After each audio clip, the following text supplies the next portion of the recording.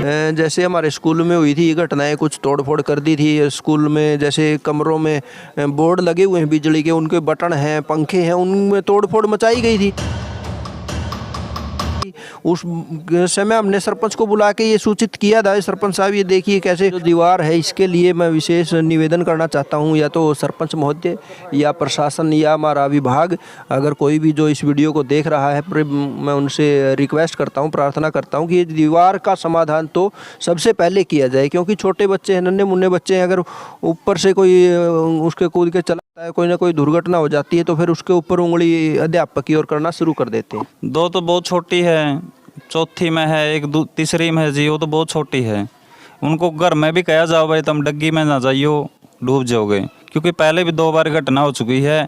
एक बच्चा तो जिंदा निकल गया था, एक वहीं पर रह गया था, मरिया ही लिख गया था। वो शायद पढ़ने वाला था ना इसी स्कूल का? नहीं, इसी स्कूल का तो पढ़ने वाला नहीं था वो। शायद एक तो था जो मरिया है, लेकिन एक वो लाने का पढ़ने वाला था, वो ऐसे ही चला गया था डग्गी में, लेकिन वो निकाल लिया था। और कबड्डी खेलने वाला ने निकाल लिया था, वो भी मर जाता। समस्या फरीदपुर में बहुत है। मतलब पता नहीं क्या, या तो बच्चे भी ऐसा शरारत करते हैं कि जैसे नल लग गया उसको तोड़ देते हैं, ऊपर टंकी हम बाहर रख देते हैं उसको तोड़ फोड़ मचा देते हैं, पेड़ पौधों में तोड़ फोड़ करते हैं। पर ये समस्या जो है, मतलब इतना अनपढ़ और इतना बैकवर्ड तो नहीं कहा जा सकता फरीदपुर गांव को। मैं जैसे खैरी से हूँ, मेरे खैरी गांव में जो स्कूल है उसमें इस तरह की टूट फूट नहीं होती। यहाँ के बच्चों में एक गड़बड़ है, या पता नहीं, जो दोपहर बाद छुट्टी के बाद खेलने आते हैं वो करते हैं। यहाँ टूट फूट की, तोड़ फोड़ की बहुत ज़्यादा समस्या है। तोड़ फोड़ कर रखी है, उसको जो भी करता है उसको पकड़ें और उसके ऊपर कोई आर्थिक जुर्माना लगाया जाए। और दूसरा, इसका एक शिक्षा है जी, एक माध्यम। आप शिक्षित करके किसी भी अनपढ़ता, किसी भी पागलपन को दूर कर सकते हैं। जितनी ज़्यादा शिक्षा होगी उतनी ज़्यादा समझ आएगी, और जो चीज़ें हैं ये हमारी तोड़ फोड़ की बजाय हम इनको अच्छा बना करके रखेंगे। और गांव वाले अगर यदि इस बात को, मतलब मेरी बात को समझते हैं, तो मैं उनसे तो यही निवेदन करूंगा कि उन चोरों को पकड़ा जाए और उनके ऊपर सख्त कार्रवाई की जाए। शेष निवेदन है जी, दीवार का काम तो जल्द से जल्द करवाया जाए, या सरपंच उसके लिए शोध ले, या विभाग ले, या गवर्नमेंट यदि हमारी बातें सुन रही है, मुझे लगता तो नहीं कि सुन पाएगी, लेकिन यदि सुन रही है तो इन समस्याओं का समाधान करवाने का प्रयास करें। सफाई व्यवस्था मैडम कागजों के फेर में उलझी हुई है।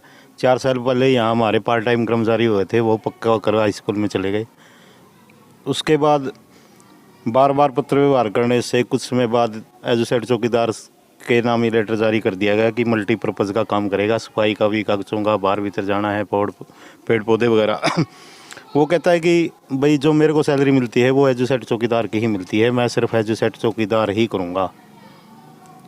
हमने गवर्नमेंट को लिख के दे दिया, गवर्नमेंट कहती है उससे लिख के ले लो कि भाई वो मल्टीपर्पज़ का काम नहीं करेगा। वो ऐसा भी नहीं दे रहा।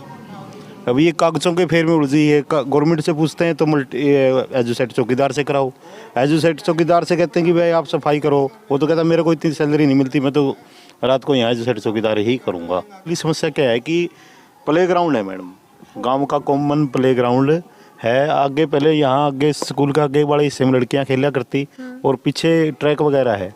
अगर अलग से स्टेडियम अगर गाँव अपने उस पर करवाए तो यहाँ वो बच्चे फिर खेलने वाले भी, और खेलने के नाम पे जो असामाजिक तत्व आते हैं वो पूरी तरह से रोक लग जाएगी।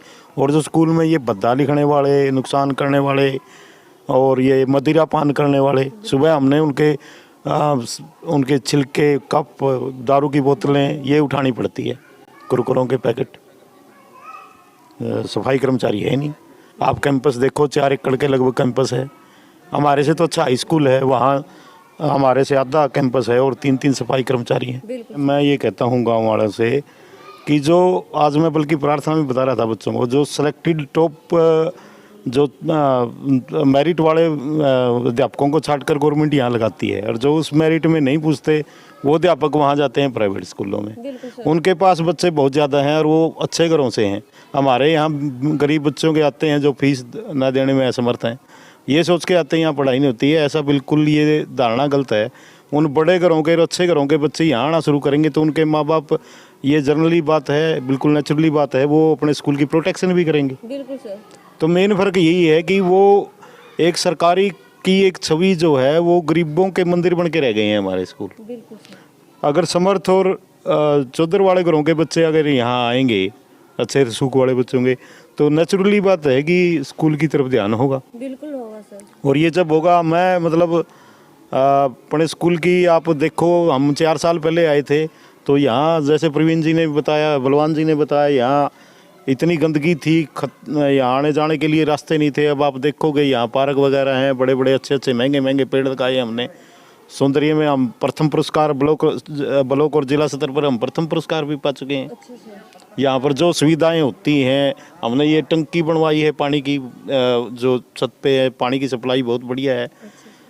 सुविधाओं की कोई कमी नहीं है मैडम। स्टाफ पढ़ाने वाला है, आप देख ही रहे हो, बच्चे पढ़ रहे हैं। ये कह सकते हैं सर, सोचने का और देखने का नजरिया थोड़ा अलग है यहाँ पर। बिल्कुल है मैडम। अगर वो उच्च घरों के बच्चे यहाँ अगर आना शुरू कर दें तो मेरे ख्याल में सब कुछ सुधर जाएगा। और गांव से सरपंच साहब से मेरी अपील यही है कि अपने लेवल ये जो खेलने वाले बच्चे आते हैं और उनके साथ जो उनके देखने के नाम पे या खेलने के नाम पे सामाजिक तत्व आते हैं, उनका तो यही प्रोटेक्शन है कि आप अलग से स्टेडियम बना दीजिए।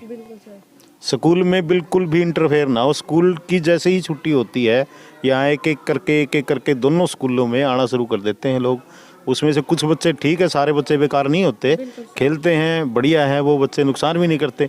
लेकिन जो उनके साथ साथ जो और अन्य सामाजिक तत्व आते हैं, वो भद्दा लिखते हैं, स्कूल को नुकसान पहुँचाते हैं, क्रिकेट खेलते हैं पार्कों में, तो उससे ये पेड़ पौधे फूलों वाले नुकसान होता है।